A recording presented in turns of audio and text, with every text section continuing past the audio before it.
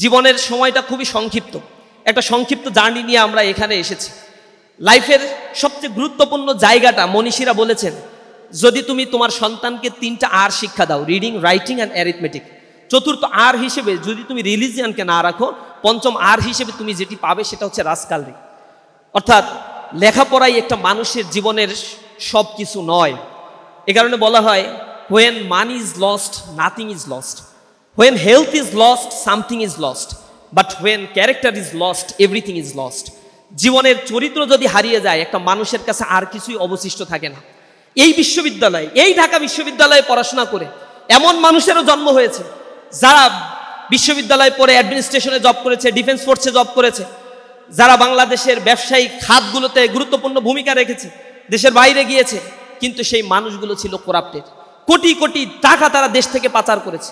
শ্বেতপত্র প্রকাশিত হয়েছে ইন্টারিম গভর্নমেন্টের ক্ষেত্রে, তারা বলেছে যে আওয়ামী ফ্যাসিবাদের সময় $234 বিলিয়ন শুধু বাংলাদেশ থেকে পাচার করে নিয়ে যাওয়া হয়েছে। এই পাচারের অর্থগুলো হিসেব করে দেখা যায়, বাংলাদেশের যে ডেভেলপমেন্ট বাজেট হয়, যেটা অ্যানুয়াল ডেভেলপমেন্ট বাজেট যেটা করা হয়, সেই ডেভেলপমেন্ট বাজেটের 7 বছরের বাজেট কম্পাইল করলে যা হয়, তা শুধু দেশ থেকে পাচার করে নিয়ে যাওয়া হয়েছে। ডেভেলপমেন্ট বাজেটের নামে এই দেশে যা বরাদ্দ দেওয়া হয়, তা উপর থেকে নিচ পর্যন্ত যেতে যেতে সকল টাকাগুলোই লোপাট হয়ে যায়। 10% টাকাও এখানে ইনভেস্টমেন্ট করা হয় না, যার ফলে একটা রাস্তা নির্মাণ করা হয়, তার টেম্পার 3 বছর 4 বছর পরে আবার শেষ হয়ে যায়, আবার সেখানে বাজেট দেওয়া হয়।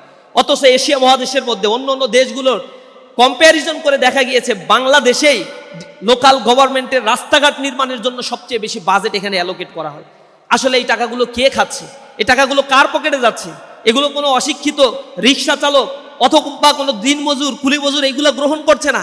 এগুলো গ্রহণ করছে আপনার আমার মতো শিক্ষিত মানুষেরা, যাদের দেহ অবয়ব সবকিছু সুন্দর, যাদের কথাগুলো শুনে মানুষ বিকশিত হয়, আকর্ষিত হয়, যাদের লেখাপড়ার প্রোফাইল দেখে মানুষ বাহবা দেয়। কিন্তু এই মানুষগুলোই যখন আবার ওই পজিশনগুলোতে বসে, তখন টাকা ছাড়া কোনো ফাইল তারা স্বাক্ষর করতে চায় না।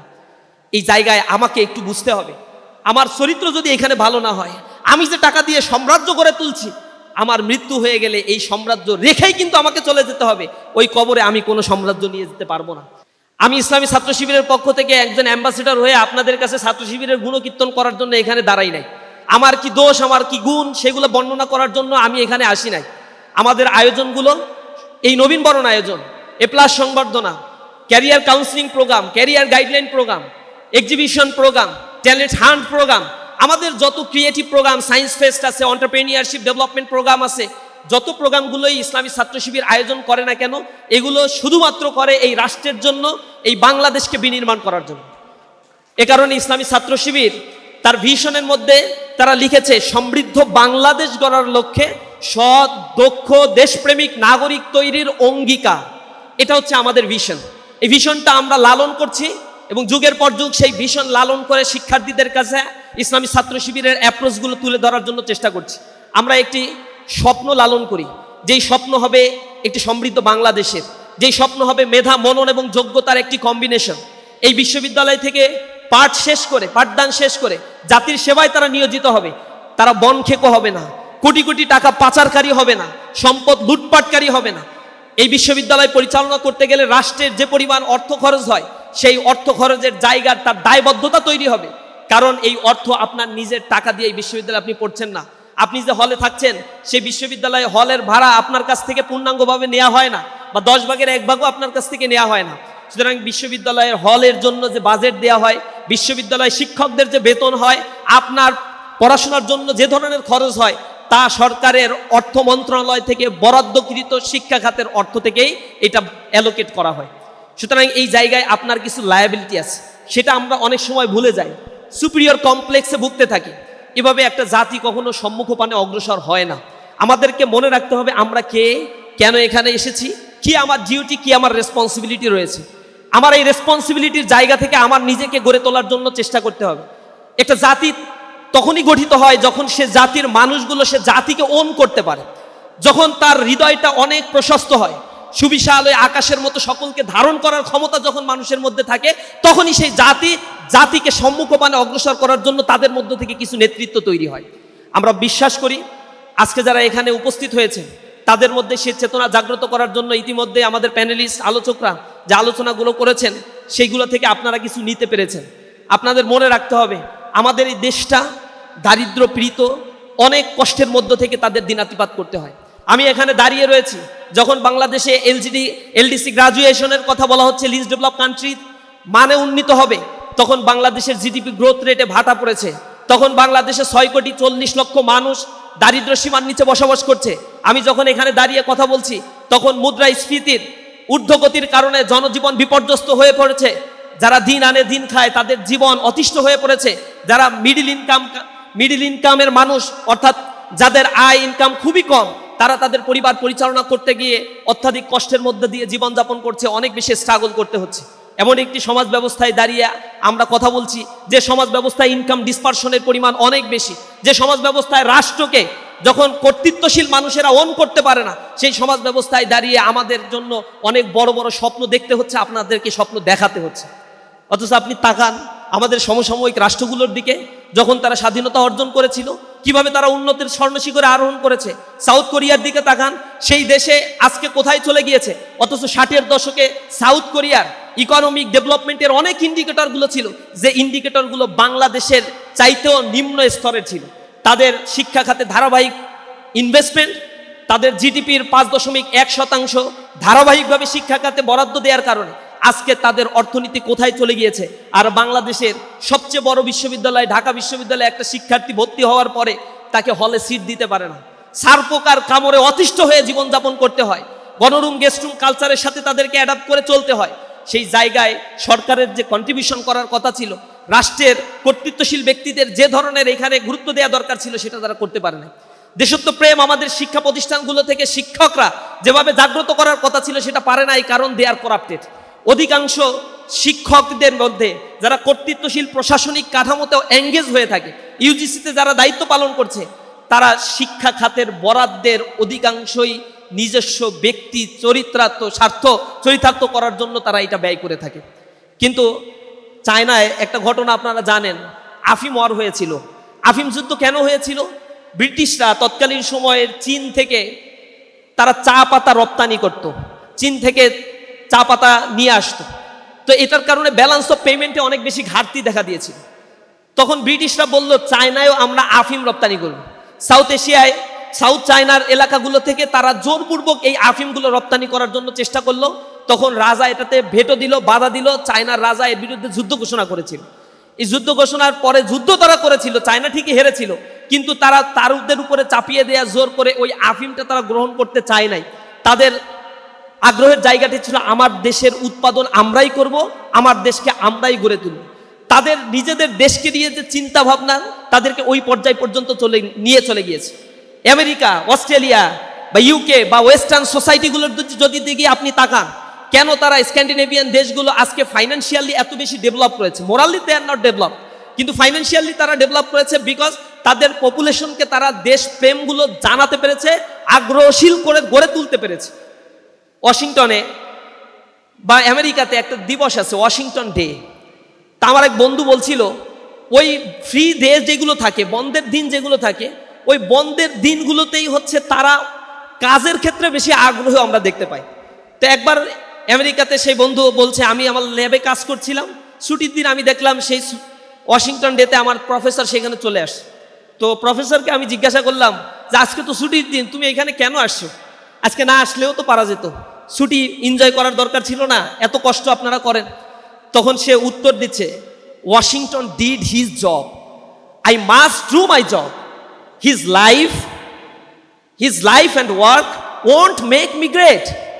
ওয়াশিংটন তার কাজ করে গেছে, আমার কাজ আমারই করতে হবে। ওয়াশিংটনকে তার কর্ম বড় করেছে, আমার কর্ম কখনো ওয়াশিংটনের ওই দিনে ঘরের ভিতরে হালুয়া রুটি খাইলে আমাকে কোনোদিন বড় করবে না। সুতরাং নিজেকে যদি বড় করে গড়ে তুলতে হয়, নিজের কর্মগুলোকে শানিত করে এই পৃথিবীতে অল্প সময় আমরা বেঁচে থাকি, সেই অল্প সময়ের মধ্যে নিজের সারাউন্ডিংগুলোকে গড়ে তোলার জন্য প্রতিজ্ঞাবদ্ধ হওয়া দরকার। একটি দেশ তখন গড়ে উঠবে যখন সেই দেশের মানুষের মধ্যে দেশ গড়ার জন্য এই তৃষ্ণাটা জাগ্রত হয়। আমার দেশের সমস্যাটা হইল, একবার বাংলাদেশে ইন্টারমিডিয়েট পাস, এই যে কয়েকদিন আগেই জুলাই রিভলিউশনের পর অটো পাস করে দেওয়া হয়েছিল, ওই করোনার সময় এই ঘটনাগুলো ঘটছিল। তো অটো পাস করার পরে পরের ব্যাচটাও আন্দোলন করছে, আমাদেরকেও অটো পাস দিতে হবে। তো অটো পাস কেন দিতে হবে?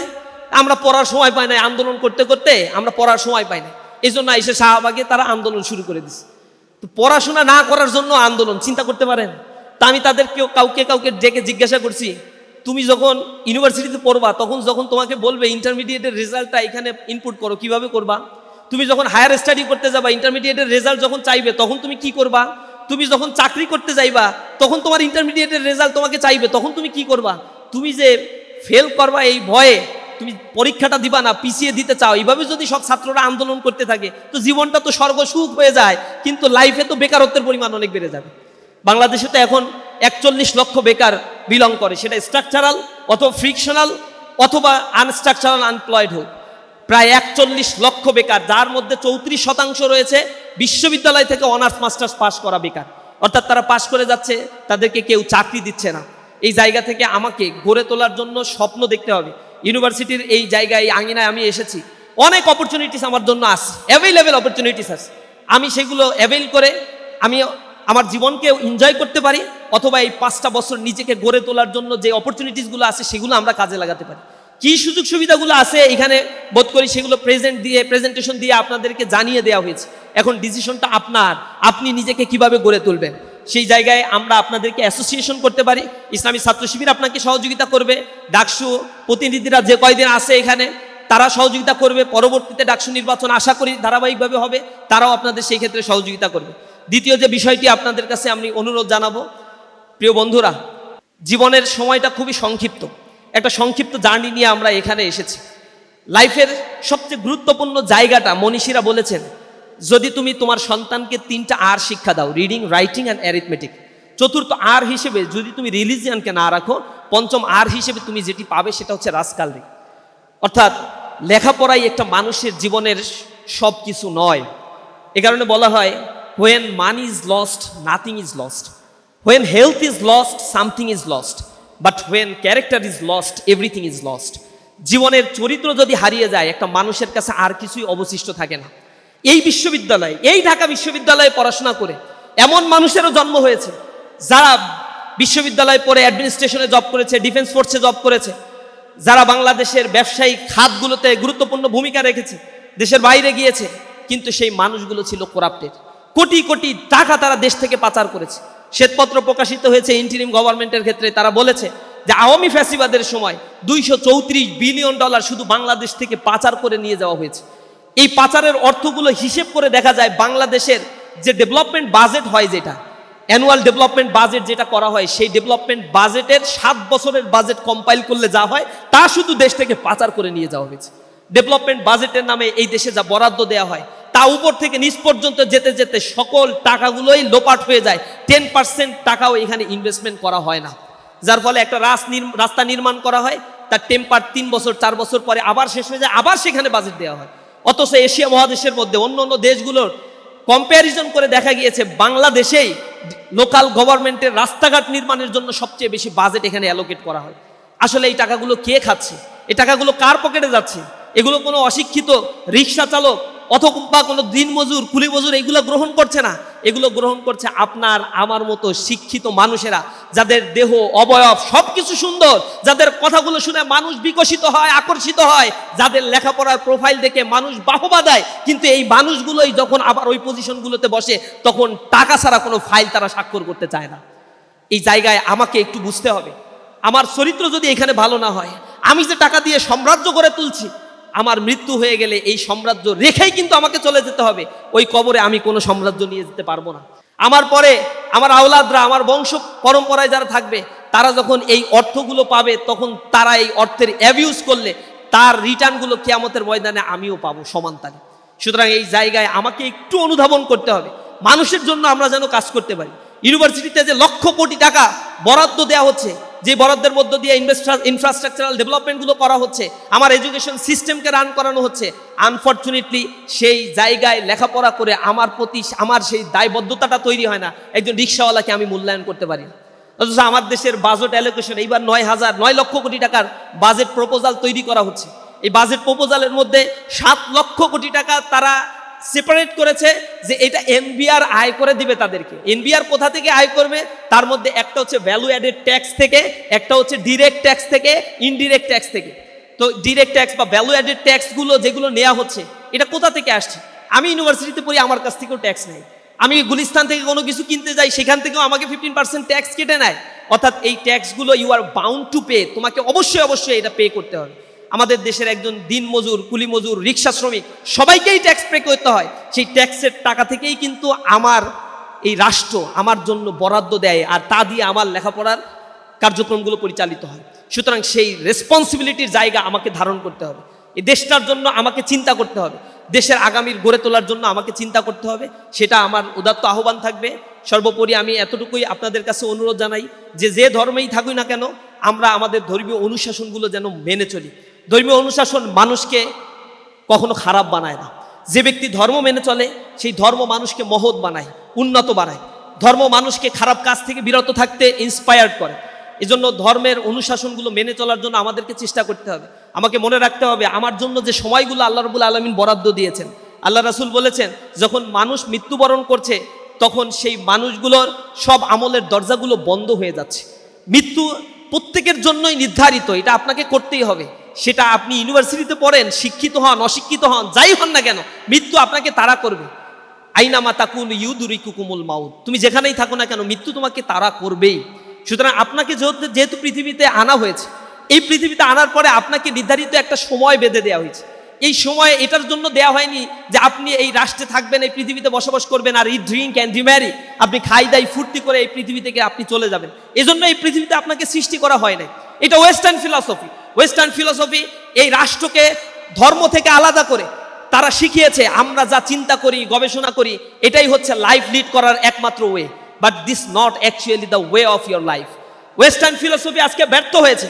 সেখানে 46% আমেরিকার নাগরিক they don't know who is their father. সুইডেনের অন্তত 72% people they don't know who is their father. Scandinavia, Baltic অঞ্চলের দেশগুলো যান, জার্মান, জাপানে যান, সেখানে তো সিঙ্গেল মাদার কনসেপ্টকে প্রমোট করা হয়েছে এবং বাবার পরিচয় বাদ দিয়ে মায়ের পরিচয়ে সন্তানকে বড় হওয়ার জন্য আইন পাশ করে তারা তাদের নামের পেছনে, নামের পাশে আপনার বাবার নাম লেখা হয় আর তাদের নামের পাশে তাদের মায়ের নাম লেখা হয়। সন্তান জন্মগ্রহণ করার পরেই তার মায়ের চরিত্র সম্বন্ধে সে ভালোভাবেই অবগত হয়। সেখানে সোসাইটি এত বেশি করাপ্টেড হয়ে গিয়েছে, মোর দ্যান 50 কান্ট্রিজ তাদের মধ্যে রয়েছে, তারা হচ্ছে নেগেটিভ পপুলেশনের দেশ। অর্থাৎ তাদের এত অপরচুনিটিস থাকার পরেও, চোখ ধাঁধা এত এত এত কিছু জৌলসতা থাকার পরেও এই পৃথিবীতে তাদের জন্মগ্রহণ করতে, তাদের পরবর্তী প্রজন্মকে তৈরি করতে তাদের আর আগ্রহবোধ জন্মাচ্ছে না। এর কারণটা কি? ঐশ্বর্যতা, সম্পদ, প্রাচুর্য মানুষকে কখনো মহৎ করতে পারে না। মানুষ মহৎ হয় তখনই তার ভিতরে যখন ইটার্নাল বিউটিটা থাকে। সেই বিউটিটা নিয়ে যেন আমরা নিজেদেরকে গড়ে তুলতে পারি। আল্লাহ বলছেন আল্লাযী খালাকাল মাউতা ওয়াল হায়াতা লিয়াবলুয়াকুম আইয়ুকুম আহসানু আমালা। তিনি হচ্ছেন সেই সত্তা যেমন যিনি জীবন এবং মৃত্যু আর এর মাঝখানের যে সন্ধিক্ষণ, এই সন্ধিক্ষণকে যিনি সৃষ্টি করেছেন শুধুমাত্র এটাই জেনে নেয়ার জন্য আইয়ুকুম আহসানু আমালা, আমলের দিক থেকে তোমরা কে উত্তম।